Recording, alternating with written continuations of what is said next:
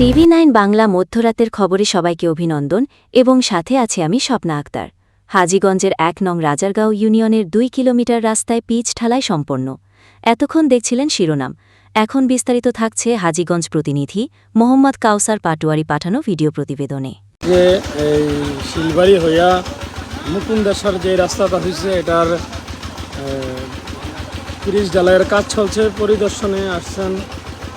হাজীগঞ্জ উপজেলার ১ নং রাজারগাঁও ইউনিয়নের মমিনপুর মুকুন্দসার থেকে মেনাপুর বাজার পর্যন্ত প্রায় ২ কিলোমিটার রাস্তার বেহাল দশায় দীর্ঘদিন স্থানীয় জনগণ ও স্কুল কলেজ শিক্ষার্থীসহ অসুস্থ রোগী নিয়ে যানবাহনে চলাফেরা ছিল চরম ঝুঁকিপূর্ণ।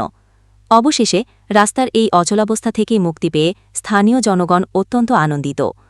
আজ সকালে রাস্তাটির পিচ ঢালাইকালীন সময়ে ১ নং রাজারগাঁও ইউনিয়নের চেয়ারম্যান ও ইউনিয়ন বিএনপির সভাপতি মোহাম্মদ মফিজুর রহমানকে সশরীরে থেকে কাজটি সঠিকভাবে হচ্ছে কিনা তা তদারকি ও পরিদর্শন করতে দেখা যায়। এ সময় তার সাথে স্থানীয় লোকজনের উপস্থিতি লক্ষ্য করা গেছে। এ বিষয়ে ১ নং রাজারগাঁও ইউনিয়নের চেয়ারম্যান মোহাম্মদ মফিজুর রহমানের কাছে জানতে চাইলে তিনি বলেন, এই এলাকার জনগণের জনদুর্ভোগ নিরসনে আমরা দীর্ঘদিন ধরে চেষ্টা করে আসছি। অবশেষে সরকারি বরাদ্দ পেয়ে কাজটি সম্পূর্ণ করতে পেরেছি। এজন্য এলাকার জনগণ আজ অনেক খুশি, সেজন্য আমিও আনন্দিত। রাস্তাটির পিচ ঢালাই সম্পূর্ণ হওয়ায় ১ নং রাজারগাঁও ইউনিয়ন যুবদল নেতা মোহাম্মদ সালহাউদ্দিন ও শামীম প্রধানিয়া এলাকাবাসীর পক্ষ থেকে ইউনিয়ন বিএনপির সভাপতি ও চেয়ারম্যান মোহাম্মদ মফিজুর রহমানের প্রতি বিশেষ ধন্যবাদ ও কৃতজ্ঞতা জ্ঞাপন করেন।